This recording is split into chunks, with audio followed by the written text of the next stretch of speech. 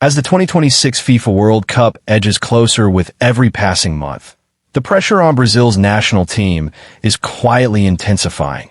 And while fans often focus on star forwards, midfield maestros, or goal-scoring numbers, there's a far more dangerous problem slowly revealing itself: Brazil's fullback crisis.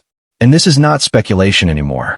This concern is now backed by evidence, performance data, and most importantly, first-hand observation from Brazil's head coach, Carlo Ancelotti himself. Just yesterday, sitting in the stands rather than on the touchline, Ancelotti witnessed a worrying reality unfold before his eyes during a high-profile UEFA Champions League clash between Real Madrid and AS Monaco, a match that featured two players who were supposed to be Brazil's main solutions at right-back and left-back for the 2026 World Cup. What Ancelotti saw was not reassurance, not stability, but warning signs flashing from both flanks.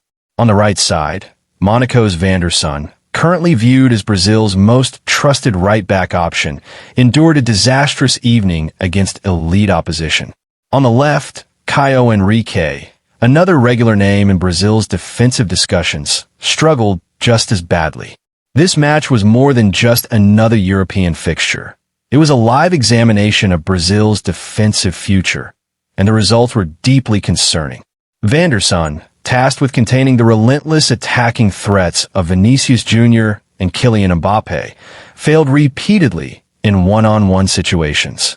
Time after time, Vinícius Jr isolated him, exploited his positioning, and dribbled past him with alarming ease, cutting into dangerous areas and destabilizing Monaco's defensive structure. Statistical analysis from the match reveals a shocking detail. Vanderson lost his positional discipline no fewer than 11 times, abandoning his defensive zone to advance into the opponent's half without proper coverage, leaving massive gaps behind him. Those gaps were ruthlessly targeted by Real Madrid's attackers, turning Monaco's right flank into an open invitation for danger. At the same time, the problems were mirrored on the opposite side of the pitch. Caio Henrique, playing at left back, committed similar positional errors, leaving his defensive post 7 times to push forward into the final third. While offensive contributions from fullbacks are often encouraged in modern football, Henrique's forward runs lacked balance, timing, and defensive protection. As a result, Monaco repeatedly found themselves exposed to counterattacks, with Real Madrid exploiting the vacated space behind him. Players like Güler and Vanderson took full advantage, repeatedly beating Henrique in direct duels, cutting inside, and creating numerical superiority in wide areas. This was not a single lapse or an unlucky moment. It was a pattern that continued throughout the match. From the stands, Carlo Ancelotti observed all of this unfold in real time, watching two players who were meant to anchor Brazil's flank struggle against top-level opposition. This performance raises an uncomfortable but unavoidable question. If these fullbacks cannot cope with elite club-level attackers, how will they survive against the world's best wingers of the World Cup? Football at the international level is unforgiving, especially during knockout stages where a single mistake can end a nation's dream. And this is where Brazil's concern becomes truly alarming. Looking ahead to possible World Cup scenarios, imagine Brazil facing Spain in the round of 16 or the quarterfinals. Does Brazil currently have a left-back capable of containing Lamine Yamal, one of the most explosive young wingers in world football? At this moment, the honest answer is no. Shift the focus to the right-back position, and the question remains equally troubling.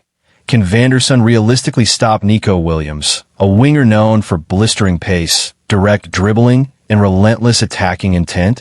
The evidence suggests otherwise.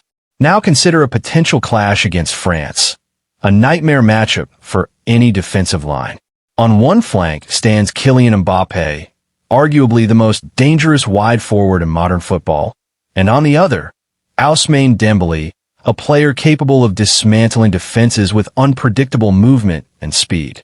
Expecting Brazil's current fullback options to neutralize both threats simultaneously borders on unrealistic.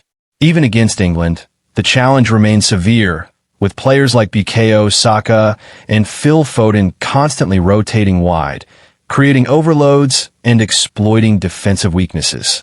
These are not hypothetical concerns. These are realistic World Cup matchups that Brazil is almost guaranteed to face if they aim to lift the trophy.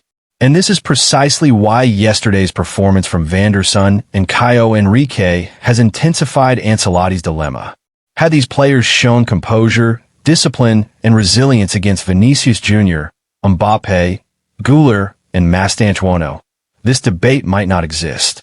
But because they were repeatedly beaten, outpaced, and outpositioned, the question refuses to disappear.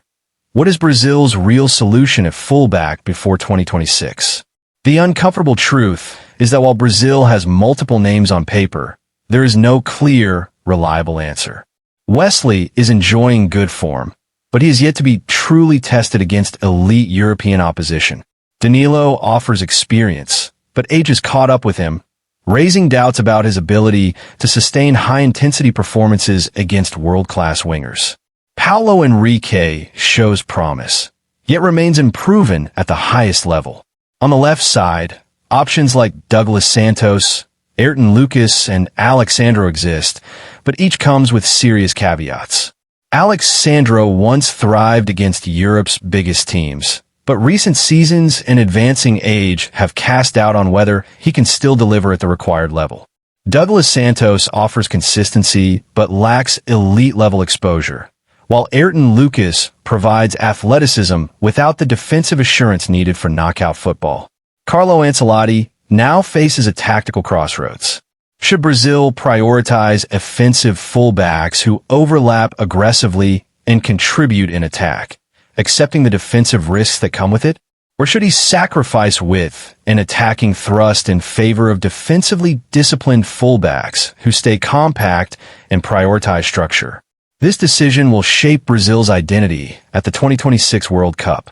Modern football demands balance, and Brazil's historical reliance on attacking fullbacks may no longer be sustainable against the pace and precision of contemporary wingers. In knockout matches, there is no margin for error. One misjudged overlap, one lost duel, one poorly timed recovery run can end a campaign that took 4 years to build. As things stand, Brazil appears dangerously vulnerable on both flanks heading into 2026.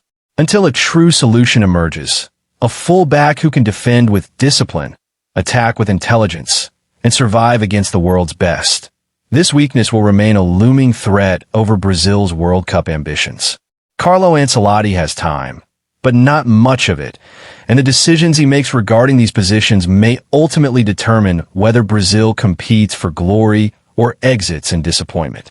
What do you think? Should Brazil take the risk with attacking fullbacks or prioritize defensive security? Share your thoughts in the comments section below.